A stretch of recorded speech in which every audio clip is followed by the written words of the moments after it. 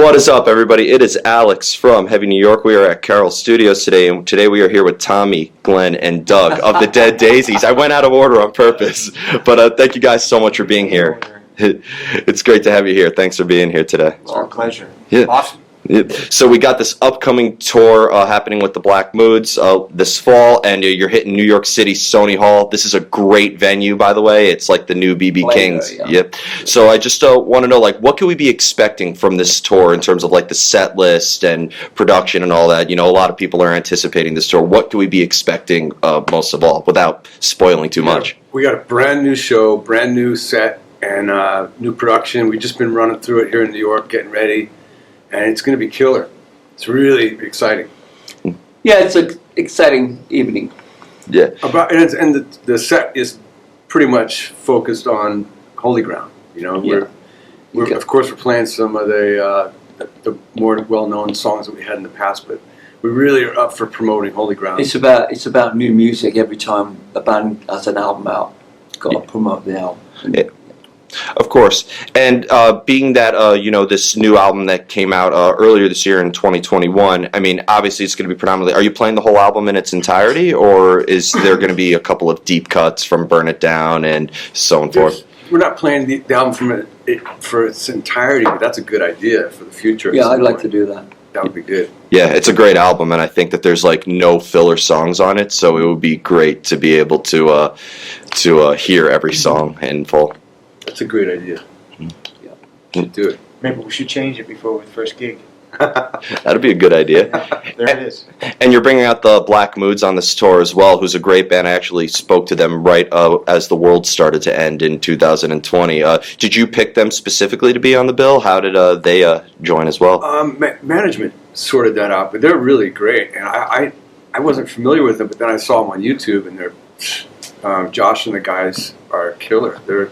I love trios. I think it's like always the perfect band. Yeah, definitely. And you guys are technically a trio now for this interview. But you know, there's four of us here. There's Tommy, me. There's five of us in the band because we got Glenn on bass and Glenn on vocals. So there you go. You do it all. But there's only four. I don't get it. No, I'm two people. What do you mean? You know, hello human race. I'm two people all at once. He does have two personalities. I do. You'll see the other one in a moment. What? Who? Who? Where? When? How? Where? I don't understand. What personality are we going to be seeing on stage? I'm not quite sure. I think it's the mighty Glenn Hughes, ready to tear your face off with his ripping bass lines. There you In go. the most kindest, loving possible way, with a melodic, soaring bird voice floating above. I'll let you continue, Douglas. This heavy chaos that me and Tommy and David are throwing down. What? Hell yeah. When it came to like this current lineup of the Dead Daisies, like, were you always looking at earlier material, being like, okay, this is how I have to play, or were you all kind of allowed to bring in your own mix into Holy Ground and to the live presence for the Dead Daisies? That's a crazy question. It's like music is like it's in the moment. It's like, you know, the older songs are the older songs, and we cover them. But again, it's all about Holy Ground.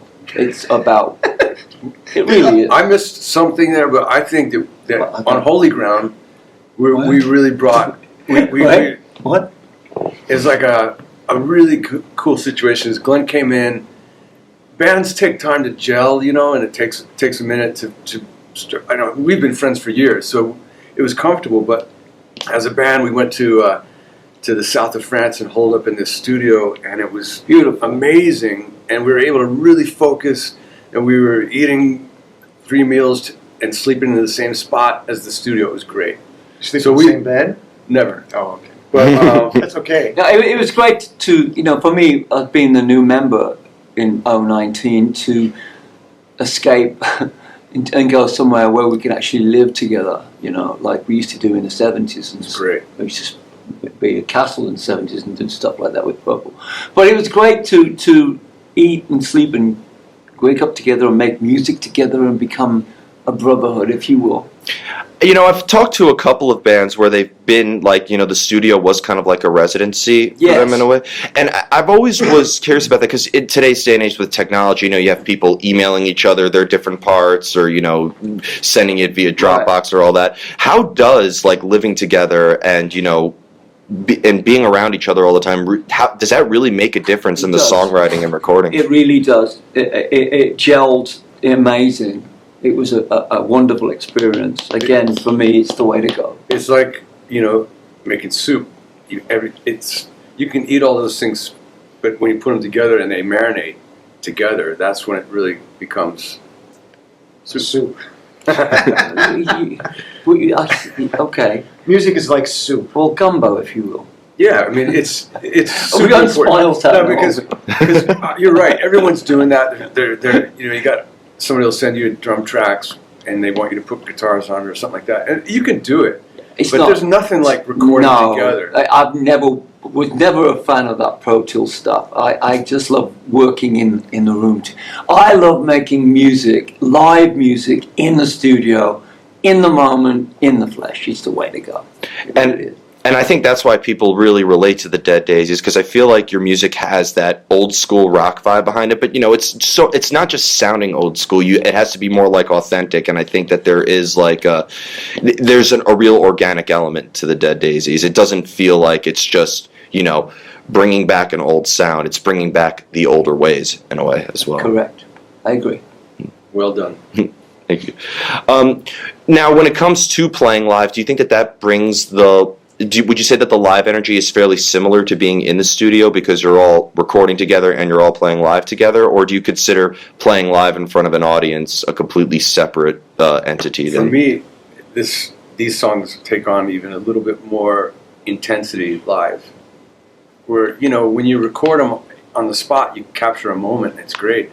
But then as time goes on, naturally you kind of like own it more, you know. And it's what do you think? Yeah, I agree. What do you think?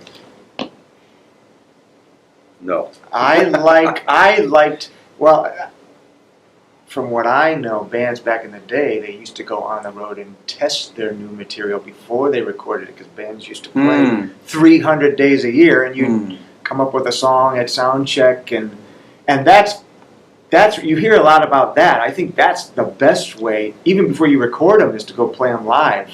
It's not really set up that way anymore, but if you're asking me which one do I have to choose, I would choose live, because it's just so much more of an animalistic thing than playing in the studio, you know.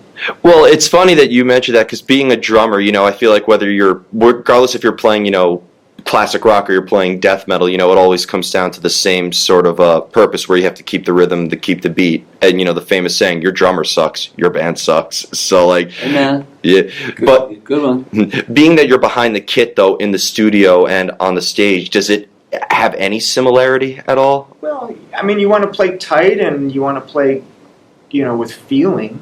So, you know, you want to get that vibe out there. They're both very similar, but very different. But when you go on stage, and there's nothing like that, you know. Yeah.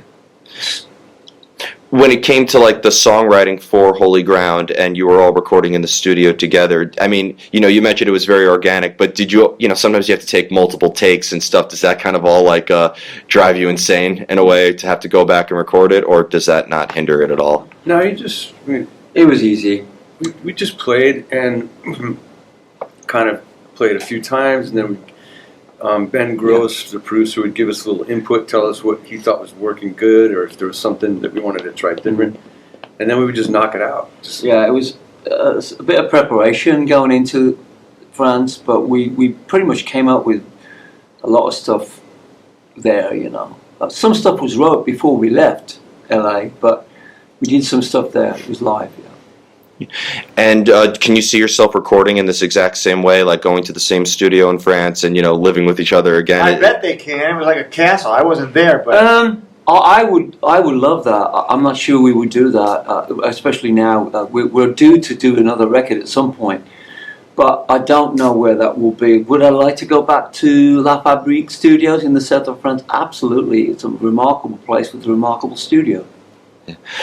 And another thing I wanted to ask about the Dead Daisies, because it's without a doubt a rock and roll supergroup. You all have very impressive musical resumes, to say the least. Do you go into the Dead Daisies with a different mindset or a different mind frame, or is there a usual method behind the madness that applies to every project you're involved in? Same for me. It's the same thing. Yeah, I didn't think about it. I just,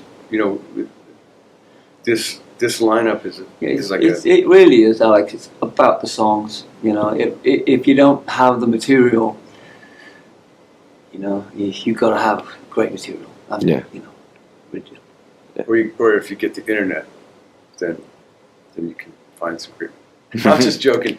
There was a thing back in the early, it was like the I guess it was the late '90s. Jimmy Page came on the radio and he said, "Yeah, if you get the internet, then that's good. If you can't get the internet, then you got to find a friend that's got the internet." Yeah. It was just, that made me think of it. Sorry, Yeah. off topic. But have your other projects maybe influenced on how you play, like technically in this at all, or do you not I even? mean, I spent 11 years playing with David Coverdale. Off and on, spent a bunch of years with Ronnie Dio. Those definitely were big influences. And working with Glenn prior to the Dead Daisies everything influences me personally. Playing with Tommy, it's a different sauce, and so it's like, it becomes a new thing whenever you're playing with different people. Yeah, and for you, Tommy, as well, because playing with Black Sabbath, but also playing with like Rob Zombie, for example. Like, does the technique at all change? Or are you using different methodologies at all? Yeah, I don't. There's not much method going on here. You just do it. Just do it. The less you think, the better. Do you think that applies to all the form of making music? The less you think, the better. I mean, you think, but you don't want to think. If that makes any sense. Yeah. Well, there's really no time to think when you're playing live, right? Well, no, you do. You do your preparation. Of course, you want to, but you shouldn't overthink music, because then it just ruins it. You're just it's supposed to happen. Yeah. Definitely. I think. Definitely. Correct. And here comes the most difficult question and the final It's question. a math question. I hope it is. Maybe, actually. Okay. Maybe. I want you all to answer this because I really get a different answer every All right. time. Okay. How do you know when a song is done? Oh my Da god. da da da da da da. The end. It's a good one. It's called an ending. For me, when I write, it happens quickly, if I can say it. If I don't really overdo it. I don't really go. It's just there. The frame of the song is there. I don't keep going back to it. It's the first thing I normally come up with. I keep. Yeah. For me, that's the way it's always been, and may that continue. That's a difficult question. Sometimes there's certain things that never are finished. For me, it's like I just have to stop. You got to put a goalpost someplace. That's right. But there's always, you listen back to it and go, oh, I could have done this or I could have done that. But it is what it is. It's just when you're recording and when you're writing. Once it's recorded, I guess that's when it's done. Yeah, I mean, the recording is kind of like the super glue in a way, or like this Cement that holds it. Yeah. That way. And then then you're stuck to play it that way forever and ever and ever. Right. Even if it's amazing, bands sometimes like to change it up. But sometimes fans, like when I would see a band play and they would change it up, I get it. They're making it fresh for them, but I miss it too, the original way that I heard it. Yeah. I've always said that one rock band should do an experiment where they take like their biggest hit and then they just re-release it in a completely different genre every time. Like do a jazz version of it, do an EDM version of it, do a pop version of it, and just see how it translates. Still, the one that you first heard is going to be. That's the way. Yeah, it's even when you're writing. It's when you make a demo, and then you're like, the demo's got the vibe, man. We got to get that back. I love demos. Yeah. I love demos. I've always said that demos have what I call the underground charm or the raw innocence of rock in a way. There's just something so innocent but so dangerous about demos. I've got some great demos of stuff that are probably better than the recorded version. So Can we maybe hear them one day? You never know. You never know. Definitely. So before we go, I want to thank you both so much for your time today. And What about me? What am I Yeah, chopped what over about here? him? what? What about him? What about Chama? What about him on the end? Is there just anything else you would like to promote with this upcoming tour? Like we have Holy Ground out now. Can we be expecting? Are you going to continue to tour? Like, are we going to bring this to Yeah. Europe, or are we We're going going to Europe right after this, and by the way, looking forward to Sony Hall, New York City, on the 20th. Is it? Yep. But thank you guys so much, everybody. Thanks, brother. We are here with the Dead Daisies. Check out Holy Ground and catch them on their U.S. tour. This is Alex from Heavy New York, and we will see you next time.